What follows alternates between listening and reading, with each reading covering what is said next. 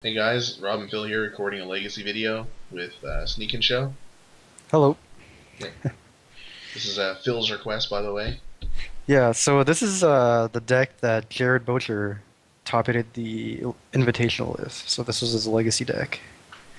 So I've actually never played the deck, but I know Rob, you got a lot of experience with it. Some, not a ton, but I've played it in a couple of events. Yeah, so maybe you could run us through, um, I guess some of the card choices then. Sure, sure. So four Lotus Petals and all these Soul Lands. Um, you don't want to run more than two City of Traders because you never want to see the second one.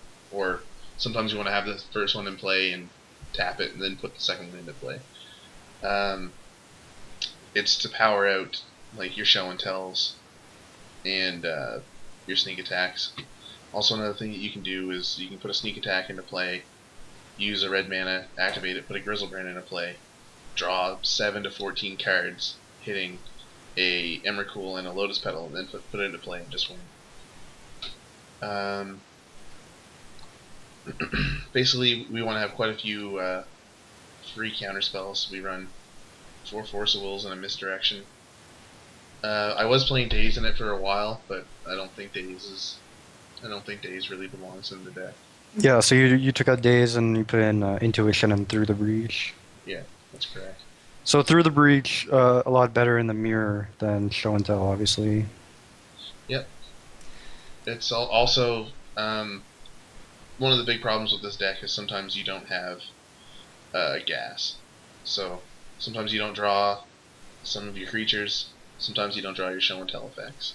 So that's what having the intuitions and then another show and tell is kind of the thing.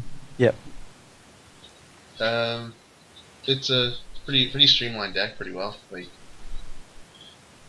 we could have another probe in here or something like that, but we'd have to draw something for it.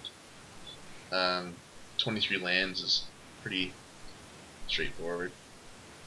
It's pretty Yep. much streamlined for the deck. And then in the board, we're opting to play the Blood Moon package. Sometimes these decks don't really play won't play Blood Moons, but it's just an auto win sometimes against certain decks. You can And turn one the in on the bug play. decks pretty much Yeah, have no outs unless they already have the mana floating for Abrupt Decay or they already have a Deathrite Shaman. So it's situationally okay against Miracles. I'm not saying that I'm gonna bring it in, but like it does shut off their fetch lands.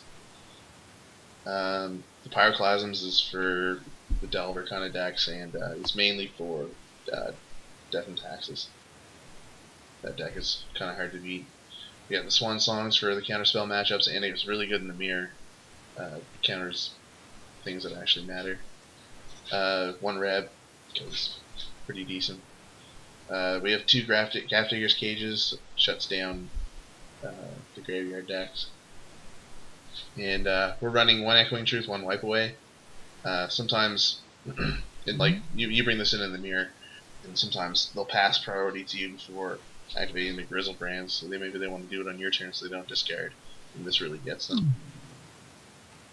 An Echoing Truth, just so you can bounce like tokens and whatnot. So against Empty the Warrens, you can yeah, reset them. Yeah. and Snaring Bridge actually is the big one. Yeah. Yeah. Yeah. For sure. And we have another Through the Breach because sometimes you don't want your show and tells. But yeah, that's the deck, and we'll see you for a Legacy 8 man at least.